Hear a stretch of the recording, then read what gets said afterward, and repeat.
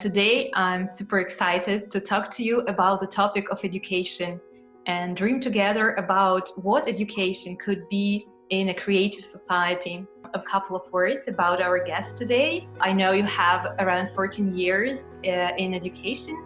Yeah, you were a professor in university and you did some corporate training, so you have extensive experience in this field. And you yourself, as I know, have also 2 degrees.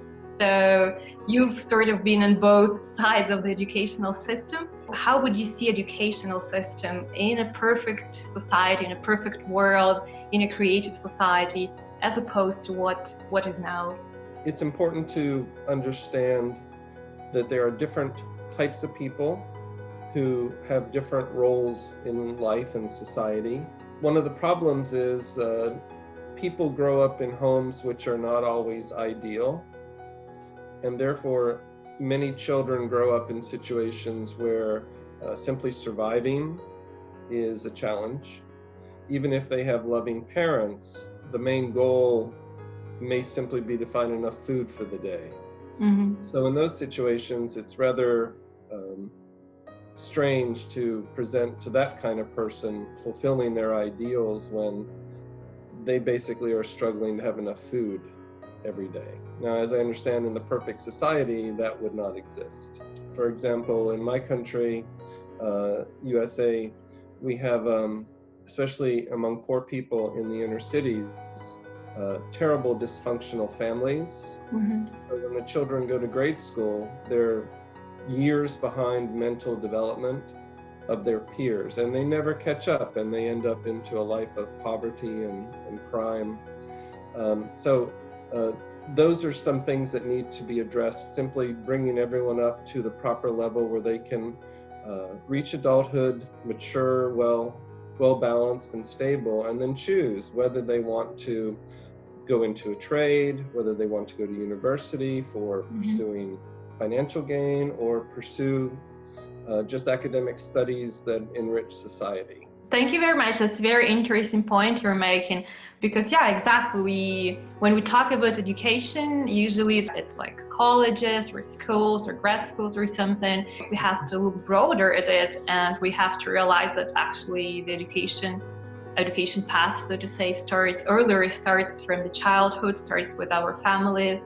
Yes, and it's one of the points that should be addressed in a creative society. I'm curious to know your opinion about educational systems.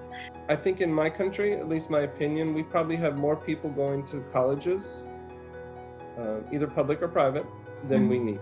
Because I think in parts of Europe, they do a much better job of elevating the prestige of the trade professions. That not everyone needs to go to college.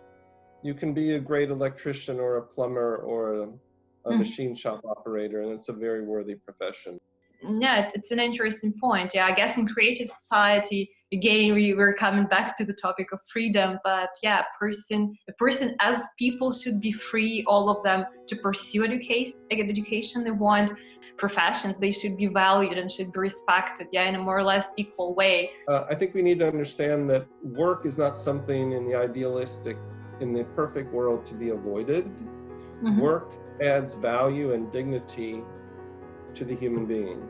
Now the question then becomes, are you working because you just want to collect more and more money or more things, or are you working because that's how God made you, and it's required, and it feels good to have a job and to do it well every day. So that's one point. Our work should be something we do to bring us satisfaction and to help society, not necessarily to collect more things and more money. The second point is that the idea that we should all strive to do whatever we love is a luxury for probably 95% of the people on the planet. That could also be a point in a creative society, that, well, something to dream about or something to strive for, that everyone can say that, yeah, I'm doing exactly what I love. In the perfect world, yes, we would love everyone to be doing exactly what they always wanted to do. There is one more question I would want to ask you. It's a question that's deeply personal for me because I've been to many colleges and different trainings and courses and whatnot.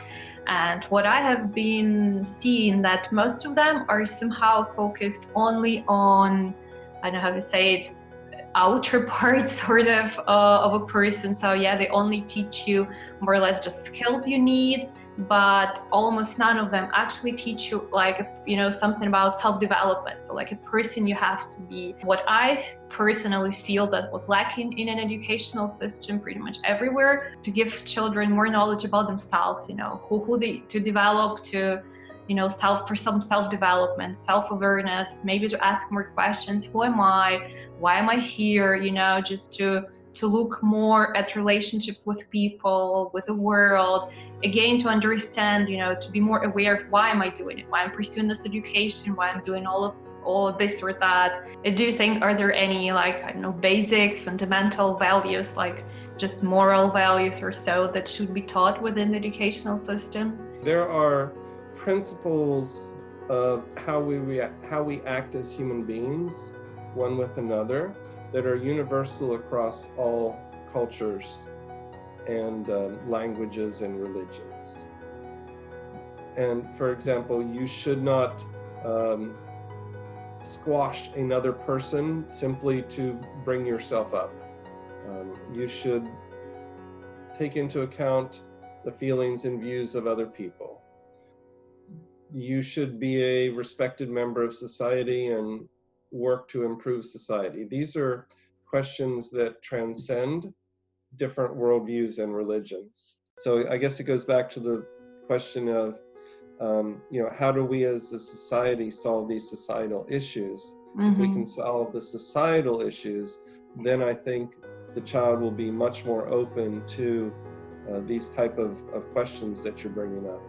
Thank you very much for all your answers. It was very interesting.